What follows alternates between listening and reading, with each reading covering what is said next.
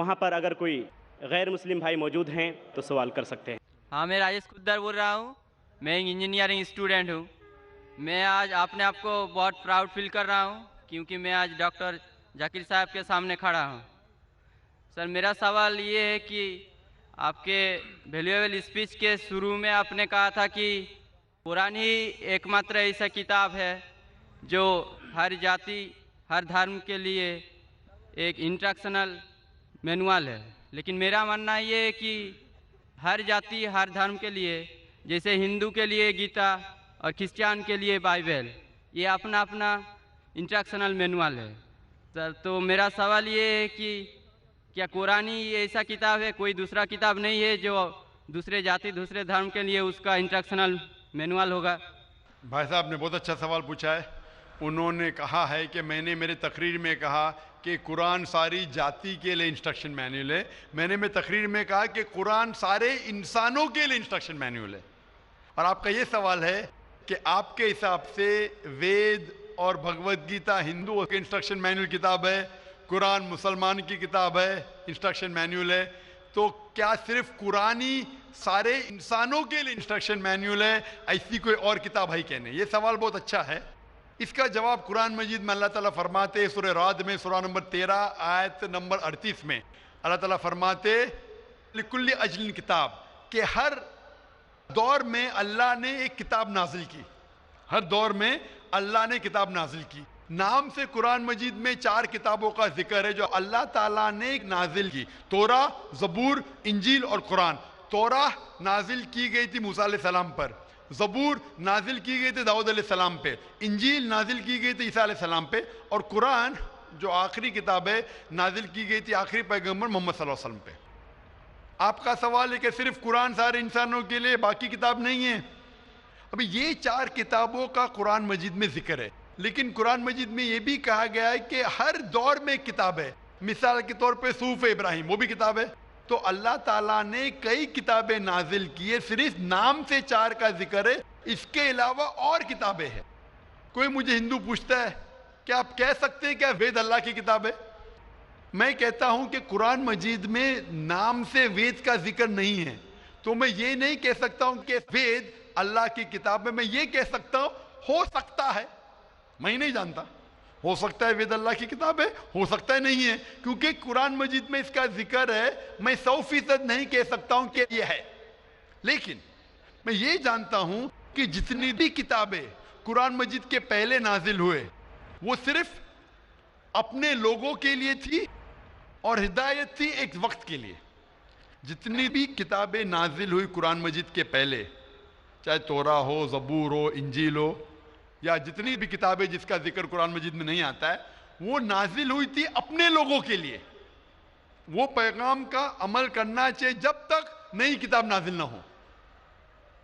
اگر مان بھی لیتا ہوں کہ وید اگر خدا کی کتاب ہو، مان لیتا ہوں میں آپ کی بات کہ وید خدا کی کتاب ہے، تو وہ صرف اس وقت کے لیے تھا، ان لوگوں کے لیے تھا، آج کے لیے نہیں، کیونکہ قرآن مجید اللہ کی آخری کتاب ہے۔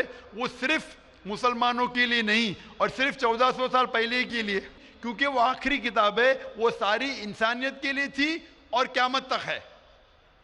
جتنی کتابیں پہلے آئی وہ صرف محدود تھی ایک وقت کے لیے اور ایک سمے کے لیے، خصوصاً کچھ انسانوں کے لیے۔ مثال کے طور کے اوپر توراہ نازل ہوا تھا صرف یہودی کے لیے، موسیٰ علیہ السلام پہ نازل ہوا تھا جب تک نئی وحی نہیں آئی، اس وقت کے لیے اور ان لوگوں کے لیے۔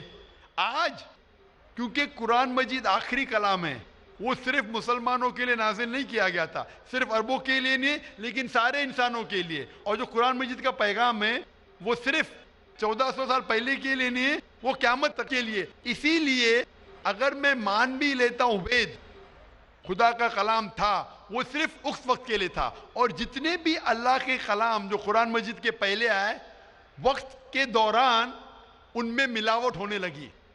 آج آپ تحقیق کریں گے جتنی مذہبی کتاب، قرآن مجید کے علاوہ سبھی مذہبی کتاب میں ملاوٹ ہے، اس میں کنکوکشن ہے، فیبریکیشن ہے، بہت ملاوٹ ہے۔ مثال کے طور پہ مہابھارت پڑھتے ہیں، جو کہتے ہیں پنڈت کہ مہابھارت سب سے پہلے کہا گیا تھا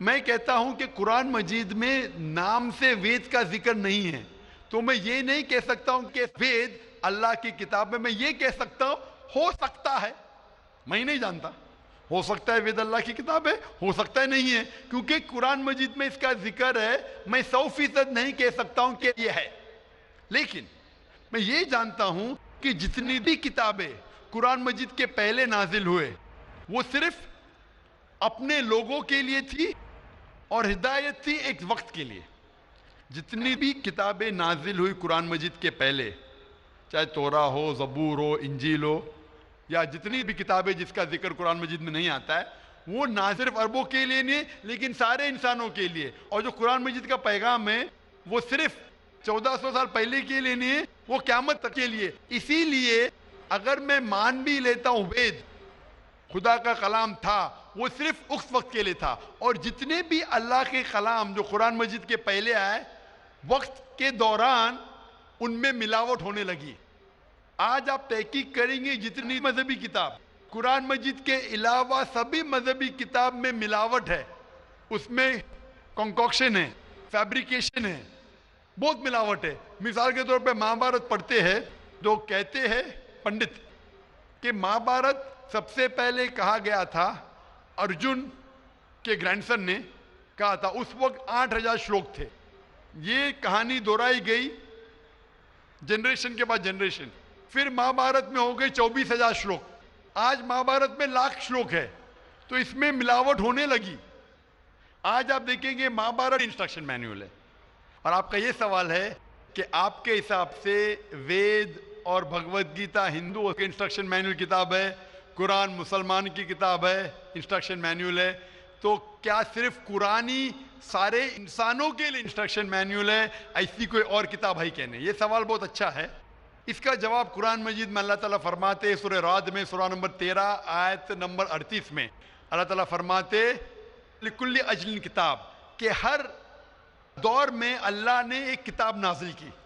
ہر دور میں اللہ نے کتاب نازل کی. نام سے قرآن مجید میں 4 کتابوں کا ذکر ہے جو اللہ تعالیٰ نے نازل کی: تورا، زبور، انجیل اور قرآن. تورا نازل کی گئی تھی موسیٰ علیہ السلام پر، زبور نازل کی گئی تھی داؤد علیہ السلام پہ، انجیل نازل کی گئی تھی عیسیٰ علیہ السلام پہ، اور قرآن جو آخری کتاب ہے نازل کی گئی تھی آخری پیغمبر محمد صلی اللہ علیہ وسلم پہ. آپ کا سوال ہے کہ صرف قرآن سارے انسانوں کے لیے، باقی کتاب نہیں ہے؟ ابھی یہ 4 کتابوں کا